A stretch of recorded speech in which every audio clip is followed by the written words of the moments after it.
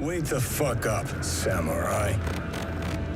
We have a city to burn. The wait for Cyberpunk 2077 has felt like a lifetime. It's been over 7 years since that first trailer, and that is literally a lifetime for the average pet goldfish. But now that fateful day is only 4 months away. Night City lies on the horizon, and it won't be long before we're tearing up the highways of Northern California, piercing through the heart of this neon metropolis. But amidst a glowing canopy of skyscrapers, surrounded by the urban clamour of rumbling engines, where a million souls scuttle the streets, it's easy to be overwhelmed. How can a newcomer expect to navigate this concrete labyrinth? Well, consider this video series a digital pamphlet, detailing all you need to know before you set out in search of a new life in Night City. And consider me your tour guide. And at the end of the tour, I'll pull out a gun and steal your wallet to give you the full Night City experience. You're welcome. Hey guys, it's Drew here and welcome to Fudge Muppet. I can't wait to dive headfirst into the lore of Cyberpunk 2077 when the game drops later this year. But why wait till then? Cyberpunk already has a ton of lore thanks to the tabletop games, and much of what we can learn from Cyberpunk 2013, 2020 and Cyberpunk Red will be relevant to understanding the world of Cyberpunk 2077. We already have 2 dedicated videos to Night City and the classes of Cyberpunk 2077 on the channel, so I'll leave a link to those in the description. But now I'm going to focus on the lore topics that, from what I can tell, will be very important to Cyberpunk 2077 specifically. If you've watched the trailers and gameplay, and if you've been following the hype surrounding the game, then you'll know there's one character who stands out above the rest. He's the most breathtaking man in Night City. He's a rocker boy, the front man of the band Samurai. His name is Johnny Silverhand, and he's got a city to burn. A rocker's role in Night City goes beyond some tasty licks and spicy riffs. Rockers get right in the faces of the corporations and the government. They incite action through biting lyrics and galvanise the masses with face-melting solos. Their songs can give courage to the timid, strength to the weak, and vision to the blind, though not literally. Politicians may govern Night City, but rockers rule the culture, and there's no better figurehead for an insurrection. Johnny Silverhand is one of, if not the most influential rocker boy in Night City's history, and in his own words, always take it to the edge. That's the Cyberpunk way. Today I'm going to tell you everything you need to know about Johnny Silverhand before you meet him in Night City, so let's get right into it. The first thing you need to know about Johnny Silverhand is that he was not always a rebel. In fact, he was a patriot and a loyal servant of the US government. Johnny served in the military during the First Central American War, which occurred between 1990 and 1994. At this time, Johnny's last name was a mystery. The war was a controversial one. No doubt it was portrayed as an honourable fight, with the USA rescuing smaller southern nations from the evils of narcotics and communism.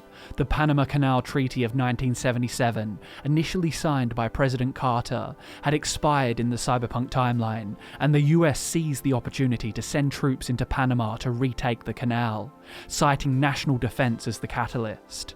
The Guardia Nacional employed tactics of guerrilla warfare, similar to those used by the Viet Cong during the infamous Vietnam War. The Central American forces took to the hills of Nicaragua, Honduras, and El Salvador, ambushing US forces as they traveled south.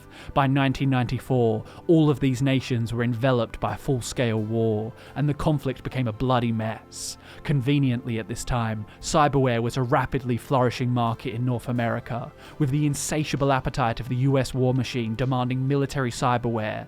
The industry boomed, while simultaneously, the wounded and dismembered veterans returning from the front lines sent the demand for cybernetic limbs soaring upward. The unified Central American nations condemned the US for their interventionist actions, and it came as no surprise to anyone that the war was incited by a horribly corrupt government. While the Central American War would go on into the 2000s, Johnny served only in the first. During his deployment, many soldiers were deserting. They were jaded by the government back home, who were preying upon their patriotism. In response, the government created propaganda to turn the people against deserters. They were cowards, they had no honour, and they were to be shunned by society. Johnny was enraged by the treatment of his brothers back home. He lost his left arm in the war, and the government was going to call him a coward for abandoning an immoral conflict. Johnny returned to Night City and replaced his missing left arm with a cybernetic one. From that day on, his name was Johnny Silverhand, and under this new alias he would begin a career of lyrical activism. His rebellion took the form of the band Samurai in 2003, with Johnny as the frontman and his band of rockers Kerry Eurodyne, Denny, Bess Isis and Henry. Samurai took inspiration from the influential rockers of old and created something new. Their music was chrome rock, and it was revolutionary. They flew up the charts, and they could be heard from every car radio and every apartment window across Night City. The band only lasted for 5 years, but that was not the end for Johnny's musical career. In fact, his solo work was equally powerful, and it was in his first solo album, Sins of Your Brothers, that Johnny Silverhand exposed himself as a deserter. The Central American conflict was fresh on everyone's minds, and the propaganda machine was still pumping out anti-deserter disinformation. But Johnny Silverhand was the first celebrity to resist the government-imposed sentiment, and he took no shame in the label. This album provoked a great deal of distrust in the government, and in the corporations profiting from the business of war. Of course, skepticism toward the government would have existed before Johnny Silverhand's music, but most people would have hidden their feelings for self-preservation. No one citizen could take on corruption alone, but Johnny's music removed the stigma associated with military desertion. He performed in front of huge crowds who, simply by attending, could announce their political opinions. There's strength in numbers, and the mosh pit was an audience and army simultaneously, unafraid of the consequences of their dissenting beliefs. The common man or woman in Night City could rebel by playing his songs, and it's a testament to the power of music. After a 10-year music career, everything changed for Johnny Silverhand. He put down the guitar and picked up his rifle once again. In the year 2013, Johnny was in a relationship with the famous netrunner named Alt Cunningham. Some sources say this wasn't until 2020, but considering the events of the Cyberpunk 2013 mini-adventure called Never Fade Away, and the timeline presented by Cyberpunk Red, 2013 seems to be the right date. Anyway, Cunningham was as controversial as she was popular, and she was unafraid to use her programming skills to create dangerous software. She built a program called Soul Killer, which could make a digital emulation or copy of a netrunner's mind. It used an advanced matrix recorder to store the copy in a huge database, before wiping the original personality away, leaving a mindless husk that eventually dies. This digital weapon caught the attention of the Megacorps, who saw the nefarious potential of this software. Cunningham was kidnapped by Saburo Arasaka, the CEO of the Arasaka Corporation. Arasaka wished to make a more deadly version of her program by copying Cunningham's mind, which they would then test on her. But Johnny Silverhand devised a plan to infiltrate the Arasaka offices and rescue her. It was then that Johnny put his life on the line to fight the corporations. He assembled a strike team and reunited Samurai to perform a free show right in front of the Arasaka building, creating the ultimate distraction. A riot ensued at the concert, killing 18 and wounding 51. All the while, the Arasaka complex was completely gutted. The operation was a failure, however, as Alt Cunningham was already dead, and her mind was forever stored in Arasaka's mainframe.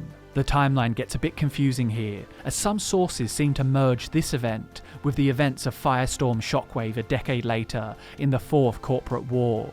But that's understandable, because Johnny would infiltrate the Arasaka offices once again, 10 years after, in the year 2023. The Fourth Corporate War saw Arasaka and Militech go toe-to-toe in a battle for corporate dominance.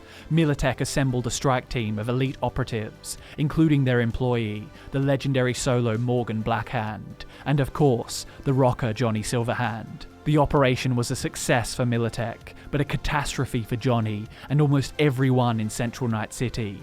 Arasaka's full Borg solo, Adam Smasher, was there to confront the strike team.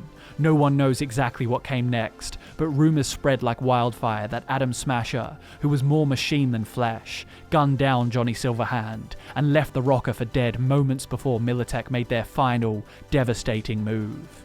An area denial nuclear device was detonated, which destroyed much of Central Night City.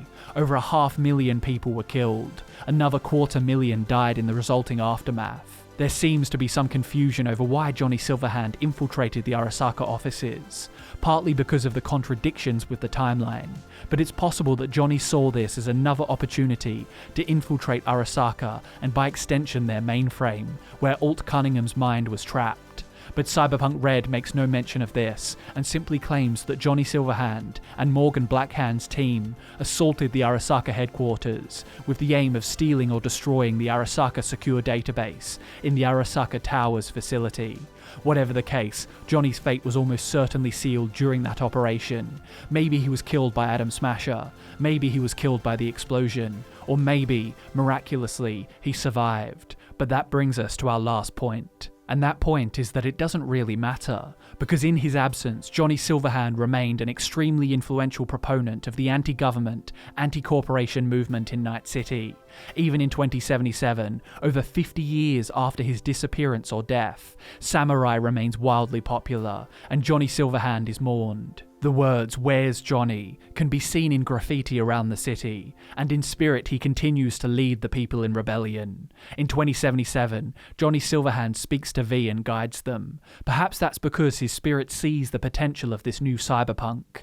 But Johnny Silverhand doesn't appear to V in person. Rather, he appears as a digital ghost, which haunts V and occasionally appears as a hologram. So is he alive or dead? If he lives, he would be very old. But as I said, it doesn't really matter, as he continues to send his message, and he is the catalyst for a great deal of change in the year 2077, 74 years after his band Samurai was formed. I believe that, like Alt Cunningham, his mind endures digitally, but his physical body is long dead. But all of this remains to be seen when we get our hands on Cyberpunk 2077. I hope you enjoyed the video, guys. Thanks so much for watching. I've been Drew, this has been Fudge Muppet, and I'll see you in the next one.